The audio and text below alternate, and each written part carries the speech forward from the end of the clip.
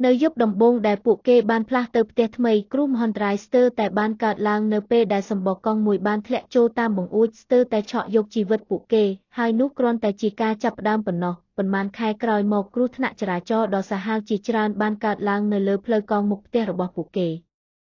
chỉ lướt đồng bông đại giác ban khơi bờ rò vây khmênh mình nẹt đệt nơi lơ smile robot phụ kê quạt lên miên ca pay clyde nơi khung phnek robot quạt tiệt hài quạt bứt chỉ chập đam miên à róm rùng phơ clyde bị phiệp vật vô bẩn taiประปนរបស់គាត់មានការព្រួយបារម្ភគាត់ខ្លាចគ្រោះថ្នាក់ទាំងនេះនឹងធ្វើឲ្យកូនប្រុសតូចរបស់ពួកគេភ័យខ្លាចហើយបានស្នើឲ្យពួកគេផ្លាស់ទៅផ្ទះមួយផ្សេងទៀតប៉ុន្មានថ្ងៃក្រោយមកក្រុមគ្រួសារកំពុងដុតសាច់អាំងនៅទីធ្លាខាងក្រោយផ្ទះស្រាប់តែសំឡេងគាំងខ្លាំងចាស់រត់កាត់បន្ទប់ទទួលភ្ញៀវចេញទៅវាលស្មៅខាងមុខគ្រាន់តែឃើញរថយន្តបើកក្នុងល្បឿនលឿនឈប់ឡាន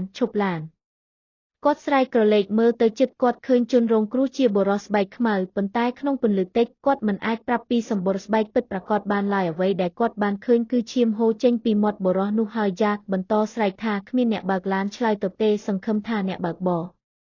បុរសនោះបានស្លាប់នៅទីនោះនៅចំពោះមុខគាត់នៅពេលនោះយ៉ាកចាប់ផ្ដើមជឿថាផ្ទះរបស់គាត់ត្រូវបានបណ្ដាសានេះមិនមែនជាគ្រោះថ្នាក់លើកទី1ទេហើយវាប្រាកដជាមិនមែនជាលើកចុងក្រោយឡើយ